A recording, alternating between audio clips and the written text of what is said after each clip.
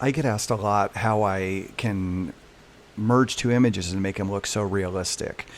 And I guess what it comes down to is just planning the shot in advance and sort of knowing what I need to take care of so I can light the subject accordingly to match the background. So in this shot, I chose the background that had the two window lights from the side. And I typically will bring all the images in fairly flat, and then I can add the contrast and grittiness as I feel appropriate later. So I started with this shot, and then I wanted to mimic it in the studio. So what I did is I added the lights in the studio, had the dancer dancing on a black background just so I could separate her. I knew she had blonde hair, and it would be a little easier to do that way. So I went ahead and cut her out for timing's sake, just because it can take a long time to get a decent cut out. So what I will do is move her on over to the other spot and drop her in. So her size is too big right now, so let's go ahead and resize her. So to resize, we're gonna hit Command T, which is free transform, and then we're just going to sort of bring her in and kind of put her where we feel it's going to work. And it's always a little different. Each time you do them, it's a little different, it seems like. So I'm sure she's going to turn out a different size and maybe in a different spot than she was before. So we'll just drop her in like right about there, for instance. Go ahead and save that. And what we have now is we have her sort of lit the correct way. So we have the window light that appears to be lighting the edge of her legs up, and the other window lighting the edge of her body up and her leg.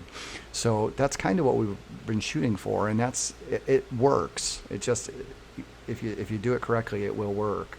And then from here, what I would do is just add some things to finesse it a little bit. So the fact that we brought both of them in, they're fairly flat lit, or flat processed in Photoshop. So I will add some contrast back in, and doing that and adding some color to it will actually make it sort of pull it together a little bit better. So right now what I would do is just add a blank layer, which is this little square down here. And then I'm gonna add a shadow underneath her.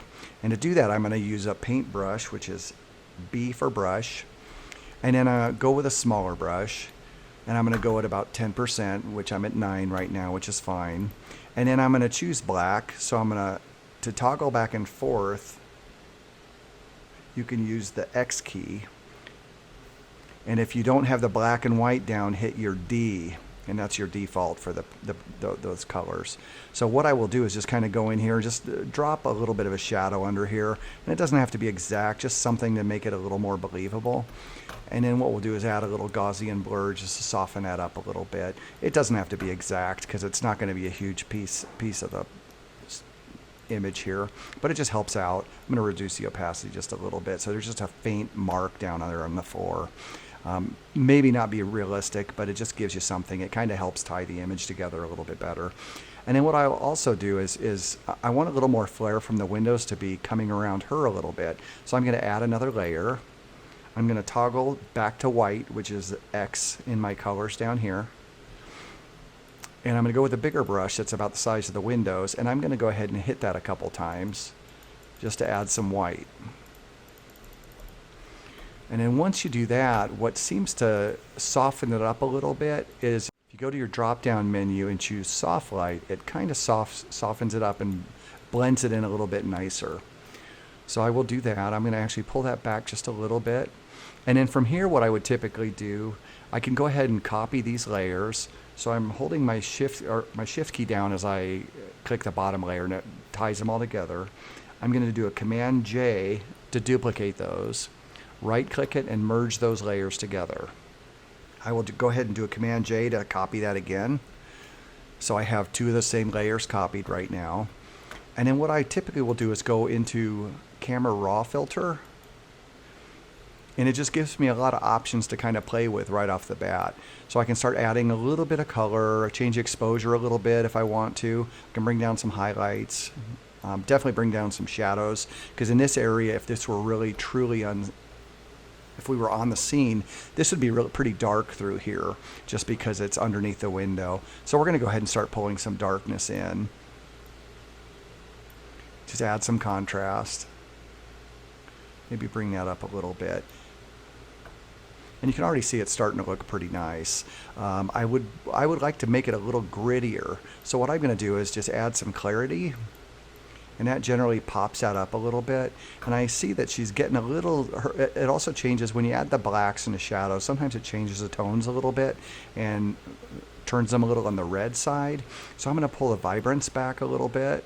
I don't want to go to black and white, but I don't mind it kind of going to a sort of a brown tone-ish, almost like a sepia-ish looking color.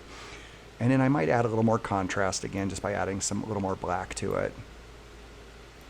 And it's just like playing with the different sliders just till you get kind of what you're looking for. And click OK. And you can see once you do that, it kind of, doing all those things towards the end kind of pulls the image together where you can kind of, it almost seems like it was in the scene. And that's kind of how I do it. I've been doing this for quite a while, and sometimes it just works out perfect, and I've been real happy with this image, and the client was super happy. So thanks for watching. If you have any questions, don't hesitate. I'll try and be a little better about answering questions now. I had some personal stuff going on in my life for the past several years, which kind of kept me from spending too much time doing anything else. But I'm back, and hopefully if you have questions, I'll be able to answer those. Thanks so much. Bye-bye.